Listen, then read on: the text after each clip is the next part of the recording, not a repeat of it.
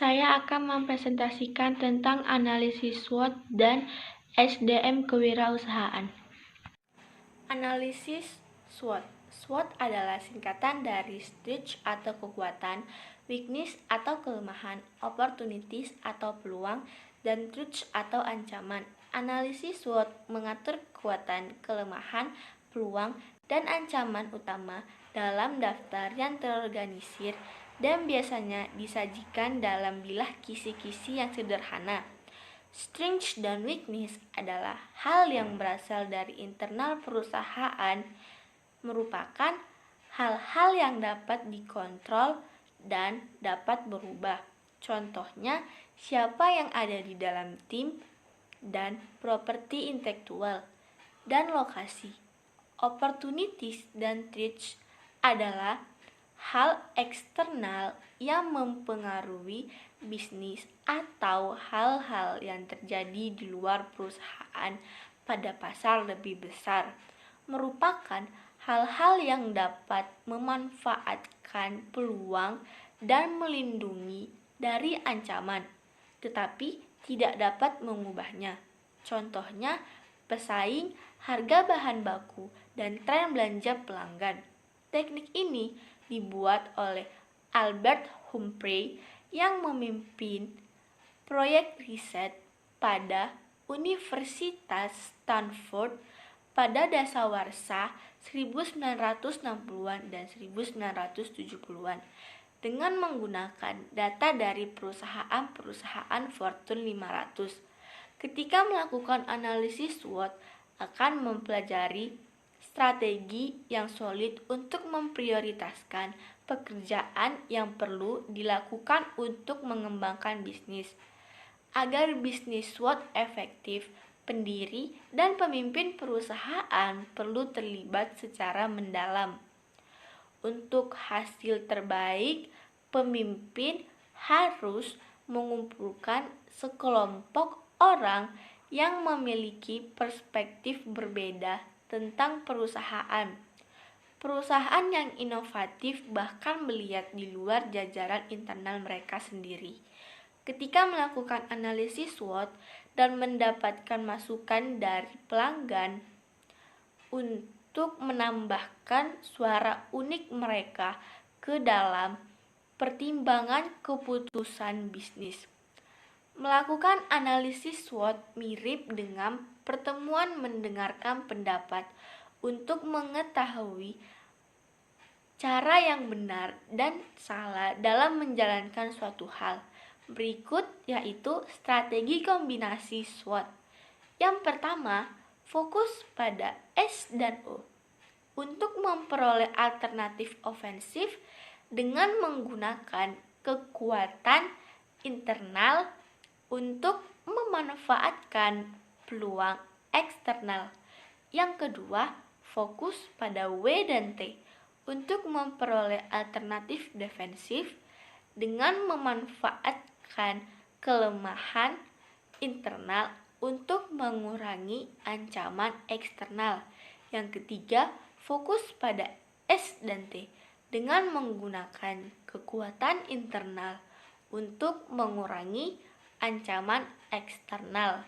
Yang keempat, fokus pada W dan O dengan menopang kelemahan internal untuk mengambil keuntungan dari kesempatan eksternal. Contoh analisis SWOT.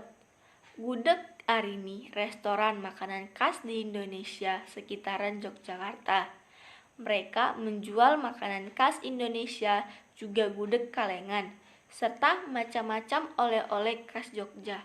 Restoran ini berencana untuk membuka cabang pertamanya di pusat kota Solo dan sangat fokus pada pengembangan model bisnis yang akan membuatnya mudah berkembang dengan cepat dan membuka waralaba. MSDM Wirausaha. Pengertian MSDM, manajemen sumber daya manusia, disebut juga dengan manajemen personalia, adalah perencanaan, pengorganisasian, pengarahan, dan pengawasan kegiatan-kegiatan pengadaan, pengembangan pemberian kompensasi, pengintegrasian, pemeliharaan, dan pelepasan sumber daya manusia agar tercapai tujuan organisasi dan masyarakat. Tujuan MSDM. Tujuan SDM yaitu meningkatkan dukungan sumber daya manusia dalam usaha meningkatkan efektivitas organisasi dalam rangka mencapai tujuan secara operasional atau dapat diamati atau diukur untuk meningkatkan produktivitas pegawai, mengurangi tingkat absensi, mengurangi tingkat perputaran kerja, atau meningkatkan loyalitas pegawai pada organisasi. Kegiatan MSDM umum dapat dikategorikan menjadi 4, yaitu persiapan dan pengadaan, yang kedua pengembangan dan penilaian, yang ketiga pengoperasian dan perlindungan, yang keempat hubungan kepegawaian. Persiapan pengadaan. Kegiatan pengadaan meliputi 1. Analisis jabatan, yaitu kegiatan untuk mengetahui jabatan-jabatan yang ada di dalam organisasi, tugas serta persyaratan yang harus dimiliki oleh pemegang jabatan. Yang kedua, rincian tugas. Yang ketiga, persyaratan tugas. Yang keempat, standar kinerja, pengembangan, dan penilaian. Setelah bekerja secara berkala, pegawai harus diberikan pelatihan-pelatihan. Hal ini diperlukan untuk meningkatkan produktivitas kepegawaian dan menjaga terjadinya keusangan kemampuan pegawai akibat perubahan yang terjadi di lingkungan kerja, baik untuk meningkatkan kemampuan dan kinerja. Hal ini juga membantu dalam perencanaan karir pegawai, pengoperasian, dan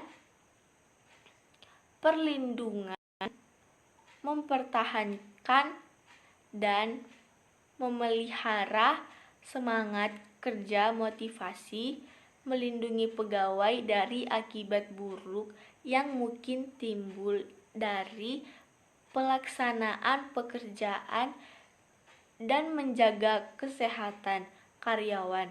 Hal ini dilakukan karena pegawai menginginkan balas jasa yang layak sebagai konsekuensi pelaksanaan pekerjaan. Hubungan kepegawaian. Hubungan kepegawaian meliputi usaha untuk memotivasi pegawai dan memperdayakan pegawai. Hal ini dilakukan melalui penataan pekerjaan yang baik, meningkatkan disiplin pegawai agar mematuhi aturan, kebijakan-kebijakan yang ada, dan melakukan bimbingan. Sasaran-sasaran MSDM. 1. Societal Objective, kegiatan yang memberikan keuntungan bagi masyarakat, organisasi, atau perusahaan masyarakat atau meningkatkan kesejahteraannya. Kedua, Organizational Objective, kegiatan yang dilakukan dapat memberikan bantuan mencapai tujuan organisasi agar organisasi dapat bertahan dan memberi manfaat, maka harus mencapai keuntungan atau bekerja dengan secara efektif dan efisien. Ketiga, Functional Objective, sasaran ini mengusahakan adanya kesesuaian antara kegiatan bisnis dan perubahan-perubahannya. Keempat, Personal Objective, kegiatan yang dilakukan dapat membantu pegawai untuk mencapai tujuan-tujuan pribadi. Motif pegawai untuk bekerja merupakan hal yang kompleks. Otoritas dan tanggung jawab MSDM. Otoritas atau wewenang dan hak untuk mengambil keputusan mengarahkan kerja orang lain ada dua jenis. Otoritas yaitu otoritas garis, yaitu pemerintah yang berkaitan dengan tugas operasional. Yang kedua, otoritas staf, yaitu hak untuk memberikan nasihat mengenai pelaksanaan tugas-tugas organisasi. Otoritas dan tanggung jawab MSDM.